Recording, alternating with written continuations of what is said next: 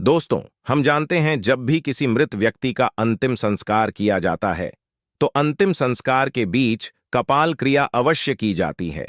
क्या आप जानते हैं ऐसा क्यों होता है? आखिर दाह संस्कार के बीच कपाल क्रिया क्यों की जाती है और आखिर कपाल क्रिया होती क्या है? अगर आप नहीं जानते तो मैं आपको बता दूं, और आज के वीडियो में हम आपको वही बताने जा रहे हैं। तो चलिए वीडियो शुरू करते हैं। नमस्कार दोस्तों, हमारे YouTube चैनल में आपका स्वागत है। दोस्तों, हिंदू धर्म में हर चीज का विशेष महत्व होता है। इस धर्म में 16 संस्कार बताए गए हैं और उनका विशेष महत्व बताया गया है। इन 16 संस्कारों में मृत्यु के बाद किया जाने वाला अंतिम संस्कार भी बहुत महत्वपूर्ण है, जिसे अंतिम संस्कार या दाह संस्कार के नाम से जाना जाता है। अन्य संस्कारों की तुलना में अंतिम संस्कार बहुत महत्वपूर्ण है, क्योंकि यह वह संस्कार है जिसके माध्यम से मृत व्यक्ति का शरीर, जो पंच महाभूतों से बना होता है, फिर से पंच महाभूतों में विलीन हो जाता है।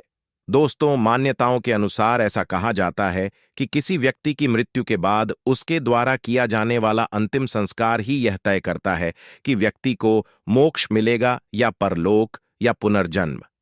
यही कारण है कि हिंदू धर्म में व्यक्ति की इस दुनिया से अंतिम विदाई पूरे रीति रिवाजों के साथ की जाती है।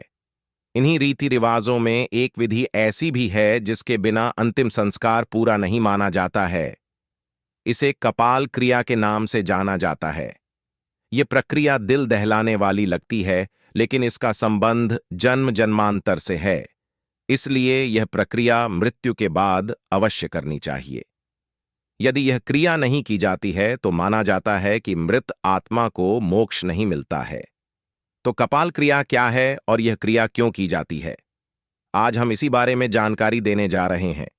दोस्तों, हिंदू धर्म में जिस तरह बच्चे के जन्म के बाद कई रीति रिवाजों का पालन किया जाता है, उसी तरह किसी व्यक्ति की मृत्यु और इस दुनिया से चले जाने के बाद भी कई रीति रिवाजों का पालन किया जाता है। अंतिम संस्कार सही तरीके से करना बहुत जरूरी है, क्योंकि मृत्यु के बाद आगे का रास्ता व्यक्ति के अंतिम संस्कार पर निर्भर करता है। जिन लोगों का अंतिम संस्कार विधि विधान से नहीं किया जाता है, उनकी आत्मा को मोक्ष नहीं मिलता है और वह आत्मा यहीं धरती पर भटकती रहती है। यही वह आत्मा है जो अपने आसपास के लोगों को परेशान करती है और बुरी आत्मा कहलाती है। यही कारण है कि किसी भी व्यक्ति की मृत्यु के बाद उसके परिवार वालों को उसका अंतिम संस्कार पूरे रीति रिवाज के साथ करना चाहिए। इन अनुष्ठानों में मुख्य रूप से कपाल क्रिया करना आवश्यक होता है। इसके बारे में ज्यादा तो कोई नहीं जानता, लेकिन इसका महत्व बहुत है। ऐसा माना जाता है कि जब कोई व्यक्ति अगला नया जन्म लेता है, तो उसके दिमाग में पिछले जन्म की कई बातें याद रहती हैं। ऐसा इसलिए होता है क्योंकि व्यक्ति की कपाल क्रिया सही ढंग से नहीं होती है। जब किसी शव को आग लगाई जाती है, तो करीब आधे घंटे के अंदर शव की ज्यादातर त्वचा और मांस जल जाता है। इस समय कपाल क्रिया की जाती है। इसमें एक छड़ी ली जाती है और उस छड़ी से मृतक की खोपड़ी पर वार किया जाता है। ऐसा करने से शव के सिर में छेद हो जाता है। इसके बाद इस गड्ढे में घी डाल दिया जाता है। एक बांस लिया जाता है और बांस में लोटा बांधा जाता है। इस बंधे हुए लोटे से शव के जो सिर का हिस्सा होता है, उसमें और अधिक घी डाला जाता है, ताकि सिर वाला हिस्सा पूरी तरह से जल सके। सिर के हिस्से का जलना सबसे जरूरी है।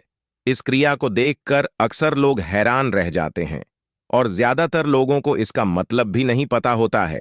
लेकिन हिंदू धर्म में पुराणों में कहा गया है कि इस अनुष्ठान को करना बहुत जरूरी है, अन्यथा मृतक की आत्मा को मुक्ति नहीं मिलती है और वह हमेशा यहीं धरती पर भटकती रहती है। दोस्तों, कपाल क्रिया इसलिए की जाती है क्योंकि सिर की हड्डियां शरीर के बाकी हिस्सों की तुलना में बहुत मजबूत होती हैं। ऐसे में ये आसानी से जल नहीं पाती हैं। शरीर के बाकी हिस्सों की तुलना में सिर की हड्डियों को जलाने के लिए अधिक घी की आवश्यकता होती है। यही कारण है कि शव को जलाने के बाद भी सिर पर घी डाला जाता है और इसे कपाल क्रिया कहा जाता है। कपाल क्रिया करने के अन्य कारण भी हैं। ऐसा इसलिए भी किया जाता है ताकि मृतक का सिर डंडे से खोलकर उसे मुक्त किया जा सके। इसके साथ ही इसका एक और कारण यह भी है कि शव के आसपास कई तांत्रिक क्रियाएं चल रही होती हैं और इसलिए शव की खोपड़ी को तांत्रिक क्रियाओं से बचाना पड़ता है। क्योंकि अगर मृत आत्मा तांत्रिक क्रिया के जाल में फंस जाती है तो उसे मोक्ष नहीं मिल पाता है और वह आसपास के लोगों को परेशान करने लगती है। ऐसे में कपाल क्रिया करना जरूरी हो जाता है। यदि कपाल क्रिया ठीक से न हो तो व्यक्ति अपने पिछले जीवन की बातों को भूल नहीं पाता है। यह भी माना जाता है कि जब तक मृत शरीर की कपाल क्रिया ठीक से नहीं की जाती तब तक उसकी आत्मा को मोक्ष नहीं मिलता है। इसके अलावा जो योगी तपस्वी होते हैं उनके शवों का अंतिम संस्कार नहीं किया जाता है और इसलिए उनकी कपाल क्रिया भी नहीं की जाती है। ऐसा इसलिए क्योंकि माना जाता है कि साधु संत पहले ही संसार के बंधनों से मुक्त होते हैं और उन्हें किसी भी प्रकार का मोह या माया नहीं होती है। यही कारण है कि सिद्ध पुरुषों का अंतिम संस्कार नहीं किया जाता और उन्हें समाधि दे दी जाती है। तो दोस्तों, मुझे उम्मीद है कि आप समझ गए होंगे कि अंतिम संस्कार के बीच कपाल क्रिया क्यों की जाती है। तो दोस्तों, कैसी लगी आपको आज की जानकारी?